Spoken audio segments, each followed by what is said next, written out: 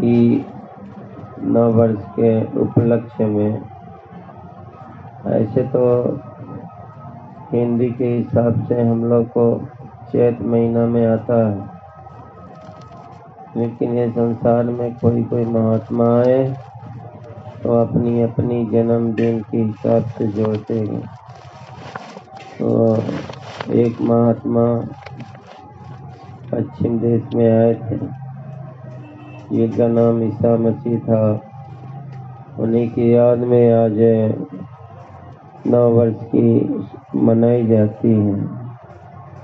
लेकिन हम लोग संत मत में हैं, तो संतों का आगमन का ध्यान देते हुए अपने अंदर उसकी शब्द की कमाई, उस मालिक से मिलने का रास्ता लिया जाता।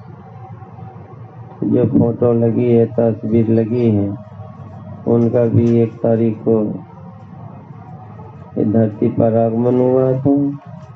इसलिए हमारे जितने भी जय गुरुदेव महाराज के शिष्य हैं, जिनको मालूम है तो ये अवतार दिवस मनाते हैं 1 तारीख को उपलक्ष्य। इसीलिए शंका ये नहीं करनी चाहिए कि वो कर रहा है, हम नहीं कर रहे हैं। संसार वाले काम कर रहे अलग से, संत महात्मा का काम अलग होता है।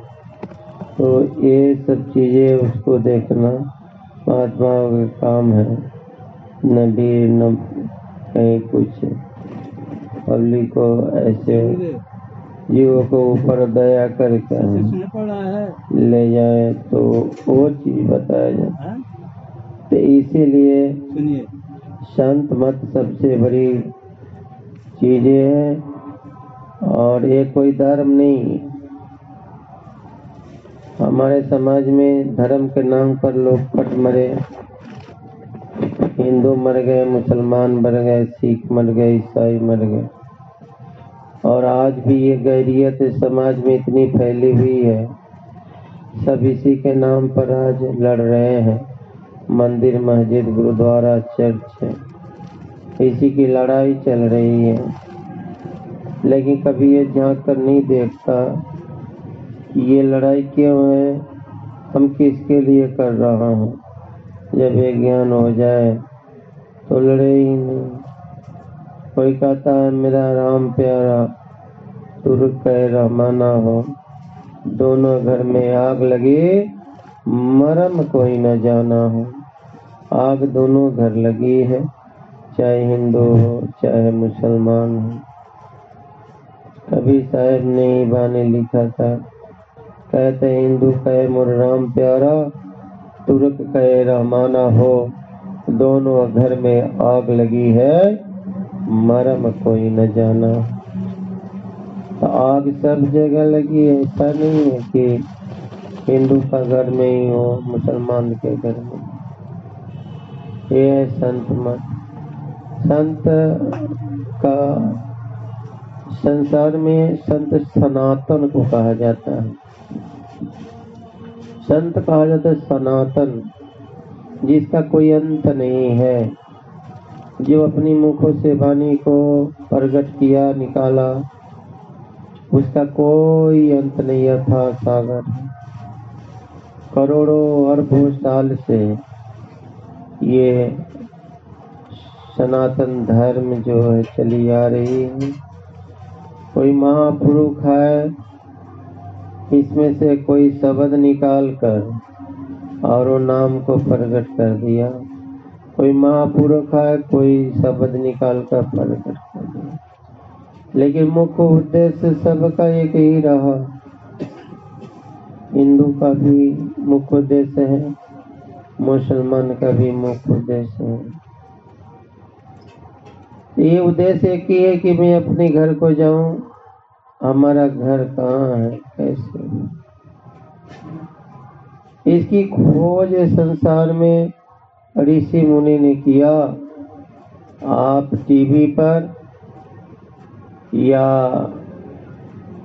कोई चैनल, चाहे किसी को मठ मंदिर के हिसाब से देखो, 100, 200 न 500, 1000 महात्माएं हैं, बाबा हैं, जो मंचों पर बैठकर लोगों को शिक्षा दे रहा है। आप उतना ही को जानते हो जो टीवी सीरियल में आ रहा है, जो गांव में मठ मंदिर में बैठा है, उतना ही ज्ञान है जो सामने दिख रहा। लेकिन आप उसको भी देखो जो वर्षों वर्षों शरीर को गलाकर तपाकर जंगलों में पेड़ पौधे फूल पत्ती को खाकर अपना जीवन व्यतीत कर रहा है, उसकी गणना आप करो, आपको ढूंढो, नहीं मिले। वो खुद अपनी हिसाब से आकर प्रकट होता है समाज में, तब लोग उसको जानते हैं, पहचानते हैं। तो ये काम बड़ी विचित्र है और हम और आप इसी विचित्र लीला में उलझ गए हैं। इसे निकलने का एक ही रास्ता है कि अपने धर्म अपने मजहब में रहो। और आपको क्या मिला, क्यों आए धरती पर? ये शरीर है, कोई कहता मैं शरीर हूँ। बताओ, शरीर रहता तो जिंदगी भर रहता, जब से धरती रही तब से रहता। शरीर है नहीं, शरीर तो निकल जाता है। ये खाद्य पदार्थ से बनता है, जो अन्न खाते हैं उससे ब्लड बनता, ब्लड से बीज ओजस बनता है, फिर वो जन्म लेता, फिर बूढ़ा हो जाता, फिर मर जाता, फिर जन्म लेता, फिर भूजा होता, मर जाता। यही प्रकृति का नियम है। जो उपजे सो विनसे, नानक साहब लिखे, वाह नकल लोग करे, वो अक्षर इनमें नहीं, ये अक्षर खिल जाएंगे, वो अक्षर नहीं। जितने भी शब्द आप ले लिए हो, शब्द जब आपको देख रहे हो, सुन रहे हो, बोल रहे हो, बातें कर रहे हो, जो लिखने पढ़ने में आ जाता है वो विनश जाएगा, खत्म हो जाएगा। सब यहाँ पर लिखने पढ़ने में आ रहा है, चाहे राम का नाम लो, कृष्ण का नाम लो, आप इतिहास उठाकर देखो। भागवत क्या कहता है? भागवत एक आता है कि कृष्ण के साथ पांचों पांडव अर्जुन रहे और अंत गति में वही भागवत वेद व्यास ने वेद लिख दिया और उन्होंने किताबों के वर्णन किया। और भागवत में कहता है कि सब पांचों भाई नरक चले गए। जो कृष्ण के साथ रहा, फिर वो ये संसार से वो लोक नहीं पहुंचा, रास्ते में ही अटक गया। हमारा धर्म की पुस्तकें ये कह रही हैं, लेकिन हम उसको मानते नहीं हैं, उस पर ध्यान नहीं देते हैं। जब हम उस पर ध्यान नहीं देंगे, मानेंगे नहीं, भेड़ की चाल चल रहे हो, कह दिया फलना बाबा आया, अब उसमें 5 आदमी गया, वहाँ उसको मिला कि नहीं मिला, वो हल्ला कर दिया मुझे ऐसा हुआ, आप उसके पर दौड़े, 5-25 लाया, 5000 हो गए।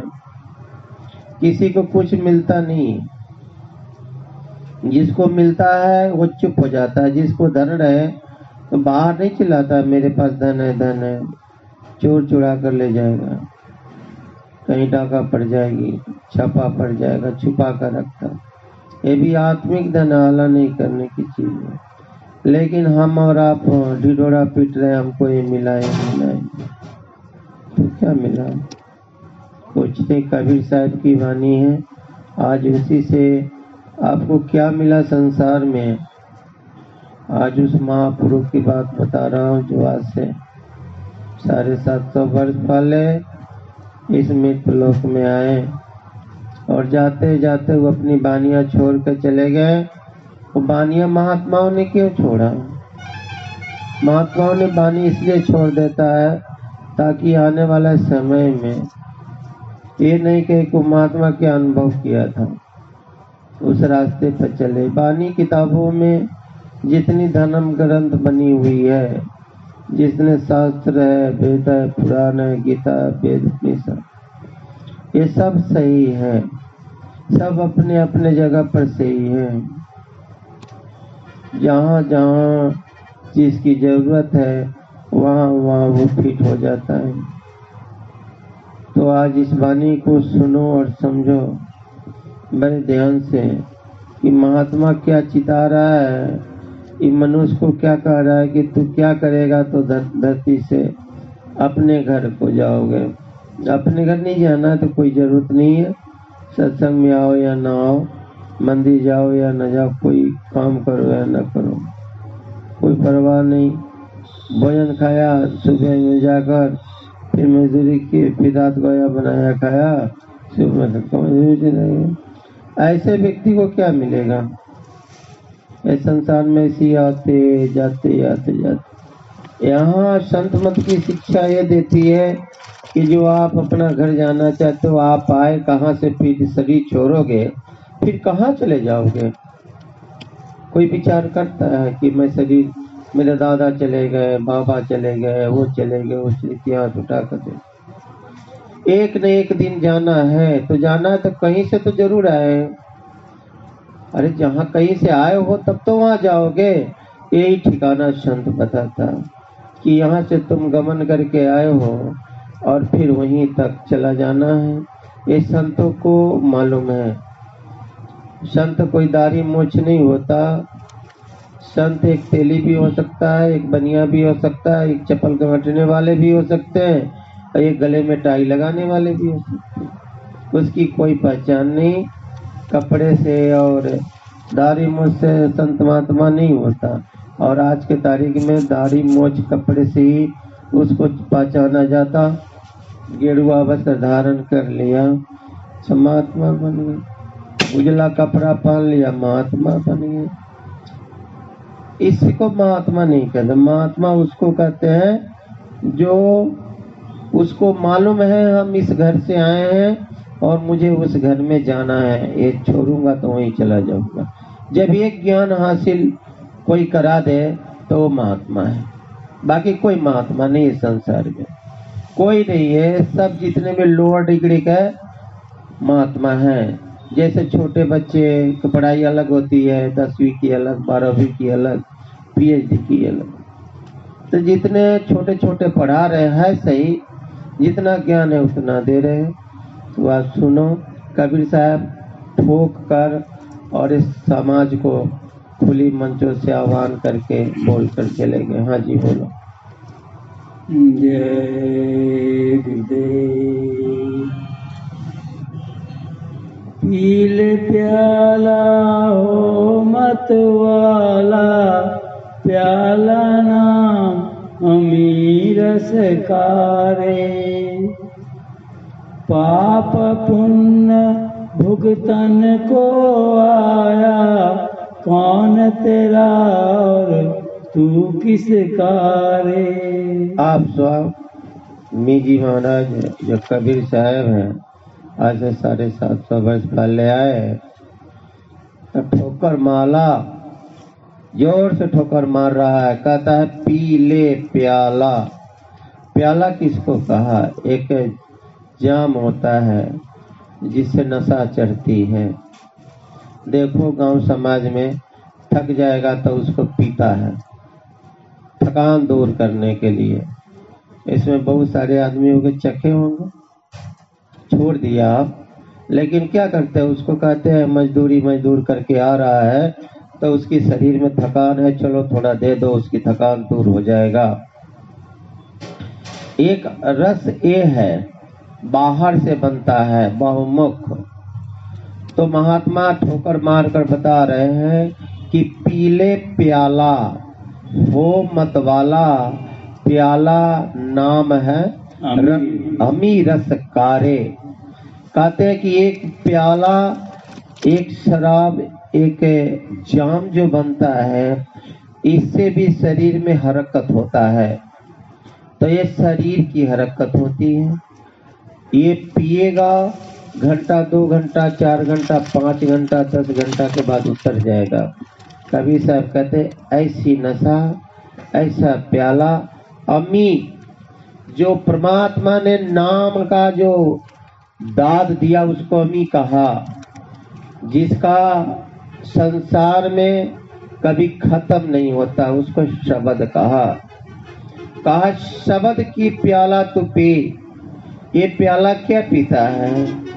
इसकी नशा तो उतर जाती है, लेकिन तुम उस अमी उस महात्मा का दिया हुआ शब्द की प्याला तू पी। एक बार जब तू पिएगा तो तेरा नशा चढ़ गया तो कभी नहीं उतरेगा। नानक साहब लिखे नाम कुमारी नानका चरी रहे दिन रात। कहते हैं कि वो नाम की दौलत और नाम की नशा इतनी तेज है, जिसके अंदर एक बार प्रवेश कर दिया और चला गया अंदर, तब फिर दिन और रात मत, सुबह और शाम मत, वो 24 घंटा नशा में रहता है। देखो साधु जो होते हैं, संत महात्मा जो होते हैं, ये नशे में रहते हैं। ये भांग की नशा वाले नहीं। एक नशा अंदर वो जो बता रहे अमी रस, वो रस क्या है? वो नाम। और नाम क्या है? जो आपकी मुख से आवाज निकल रही है, जिसमें आप किसी का नाम रखकर बुलाते हो, जैसे चौहान जी कह दिए, जैसे आप उनको फौजी साहब कह दिए, दिनेश बाबू कह दिए, ये नाम है। लेकिन ये बाहर की तरफ जाता है, इसकी नशा बाहर है, इसकी नशा बाहर है। कैसे? किसी आदमी को किसी से दोस्ती हो गया, प्यार हो गया, मोहब्बत हो गया, तो बाहर की तरफ हुआ, वो अंदर नहीं गया, वो बाहर हुआ। ये खत्म हो जाएगा, कुछ दिन के लिए रहेगा, फिर निकल जाएगा।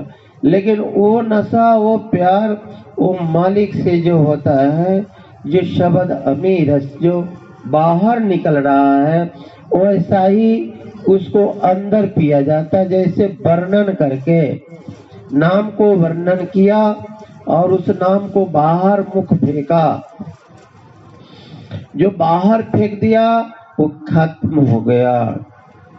फिर कहते हैं कि वो अंतर्मुख पिया तो मस्त हो गया, उसी को अमी कहा।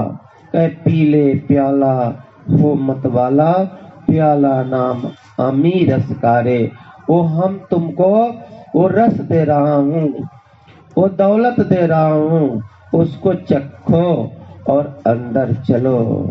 फिर दूसरी बात में कहते हैं पाप पुण्य भुगतन को आया, कौन तेरा और तू किस कारी। ठोकर मारता है। उन्होंने बड़ी बड़ी महात्मा साधु संत और पंडा पुजारियों को सामने कराकर ठोकर मारे। जात के जुल्हे थे, मुसलमान जाति में आए थे, कपड़ा दिन भर बुनते थे और उसी को बेचकर अपना परिवार को निर्वाह करते थे और हर रविवार को सत्संग करते थे। और उनकी सत्संग में मुहर और दुहर की प्रथा चली, जो आज भी साधु समाज में चलते आ रहा है। वस्त्र देना और भोजन कराने के बाद भोजन दक्षिणा देना। तो कहे पाप पुण्य भुगतन को आया, कौन तेरा और तू कौन किस कारे। कहते हैं कि ये संसार में जब मनुष्य जन्म लेता है, ये मृत्यु लोक में आता है, तो यहाँ भोग भोगने के लिए आता। हवा लेते हो, किसी और ने बनाया, जल किसी और ने बनाया, प्रकाश किसी और ने बनाया, अनाज किसी और ने बनाया। ये जितने भी पदार्थ आपके शरीर के अंदर जा रहा है, ये सब की कर्जा आपको अदा करनी पड़ेगी। चाहे रोटी खाओ, चाहे पानी पियो, चाहे आप धूप में बैठो, ये सब की अदा करना पड़ता है। कहे पाप पुण्य भुगतन को आया। काहे संसार में आया तो दोनों पड़ेगा, पाप और पुण्य। तो कहे कौन तेरा तू किस कारे, कहता बच्चे बड़े अच्छे, पिताजी, घर, जमीन, जायदाद, और रात को जीवात्मा निकल गई, 2 घंटे नहीं रखते, फेंक देते, 2 घंटे नहीं रखते। कहते पाप पुण्य हर मनुष्य यहाँ आता है तो ये भुगतन को आता। इस सृष्टि की रचना किया जिसको आप भगवान कहते हो, एक संत ही है जो उसको निर्दयी जालिम कहा।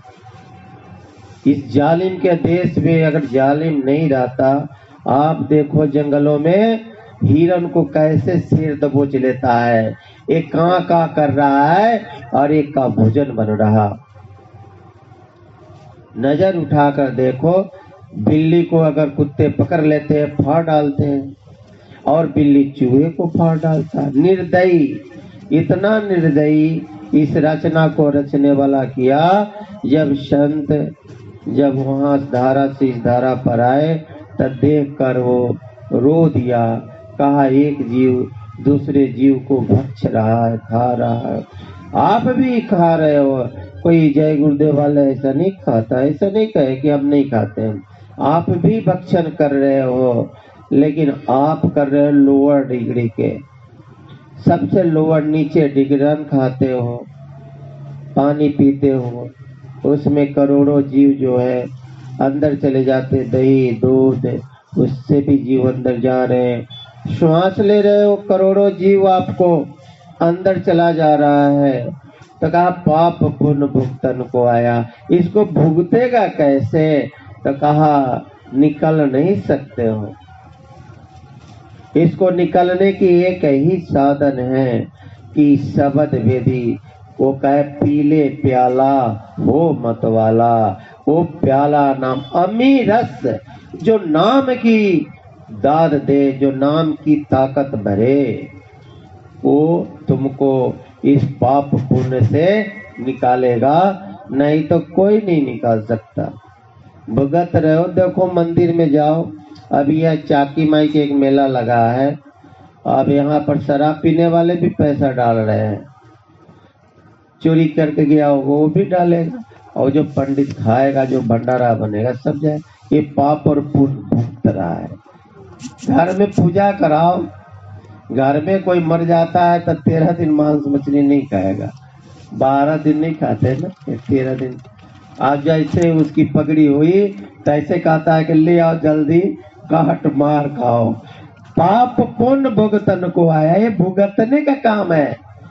कहते हैं कि तुम इससे निकल नहीं सकते हो, उस महापुरुष की खोज करो जो तुमको इस जन्म मरण से निकाल दे। आप आ रहे हो, जा रहे हो, इसे निकालने वाला महात्मा चाहिए तो जाकर निकलोगे, फिर आगे देखो ठोकर मार रहे हैं। बोलिए। जब लगे श्वास नाम ले प्रभु का, धन जवन सपना निस्कारे। ठोकर मारा, एक और हथौड़ा मारा मनुष्य पर, कहा क्या बोले? बोलिए। जब लग श्वास नाम ले प्रभु का, धन जवन सपना निस्कारे। कहते जब तक शरीर में वो श्वास से चल रही, बड़ी बड़ी बातें बोलता है सत्संगी, और भी हम तो बहुत बलवान हैं, हम तो बहुत काम करते हैं, हम तो बहुत सेवा करते हैं। कहे जब तक श्वास रहे शरीर में तब तक उस मालिक की प्रार्थना कर ले। और दूसरा ठोकर उसी शब्द में मार रहा है, जिस शरीर पर तो घमंड करते हो, जिस धन पर तो घमंड करते हो, जिस गाड़ी घोड़ा पर चढ़ते हो उस पर घमंड करते हो, वो एक दिन खत्म हो जाएगा, ये शरीर ढल जाएगी। इसमें बैठे हैं, देखो काका पीछे बैठे हैं, जवानी में इतने दौड़े, अब बुढ़ापे में हालात देखो। तो ऐसे है कि तुम अपनी आईना में चेहरा देखो और देखकर जवानी याद करो, बचपन याद करो कि मैं क्या था और मैं कहाँ आकर खड़ा हूँ। ये अहंकार से निकलो। हाँ जी, आगे। बालापन सब खेल गंवाए, तरुण भयो नारी बस कारे। फिर दूसरा ठोकर मारा, कहा भक्ति नहीं किया तो कहते बाल पल तो खेल गमाया। जब बच्चा आया तो देखो गुल्ली डंडा कुछ न कुछ खेलते रहते। अब तो बच्चे मोबाइल से खेलते हैं, ले मोबाइल खेलना चालू कर दिया। तरुण भया नारी बस कारे। अब जवानी आ गई, 15 साल की अवस्था 16 साल में ब्याह पहले हो जाते थे, 12 साल 13 साल। अब तो 25 26 साल 30 साल में भी करते हैं। जब जवानी आ गई, शरीर के अंदर बीज बनने लगा और औरत के अंदर रज बनने लगा, उसको ब्याह कर दिया। अब उसकी भोग में पड़ गए, चस्का लगे रस। अब उस रस में लगे तो कबीर साहब कहते हैं कि तुम पहले पाप पुण्य भुगतन को जब आया, ये नारी के बस में तू पढ़ कर फिर पाप पुण्य में जाएगा। कहा कि इसको भोग रहा है, जो तुम जवानी बचपन निकल गया, तरुण भया, तो तुम जब जवानी आई तो तुम कभी उस जवानी में उस मालिक को याद किया, उस महात्मा की खोज की जो नाम देता है, जो तुमको निकाल ले आता है। तुम भी वैसे ही महात्मा का ढूंढा, गया मंदिर में, चलो गुरु कर लिया, आया और उसके बाद में उसने गले में कंठी डाल दिया था, किसी को कुछ देता किसी को कुछ दे देता है और कर रहे हैं। ना वो पार हुआ ना आप पार हुए। तो कहते हैं कि तुम इस तरुण अवस्था में आने, नारी के हर व्यक्ति गृहस्थी तो है ही, सन्यासी पर जाते तो कितने बाबा जेल में चले गए। आए दिन टीवियों में आते रहते, फलना बाबा पकड़ेगा, चिल्ला बाबा, ये बाबा लोग है कि क्या है। क्या तरुण अवस्थाएं सबको अंदर छीन कर देती है, भीन कर देती है। कबीर साहब एक जगह लिखते, नारी निरख न देखिए, निर्कस ही विश्व है, छोटी बड़ी कामनी ये विष की वेल, एक मारे दाव से एक मारे हंस खेल। कहे कि ये दोनों, या तो बच्ची हो 10 साल 15 साल 5 साल का, या बूढ़ी 80 साल का, दोनों तुमको जान खा जाएगा।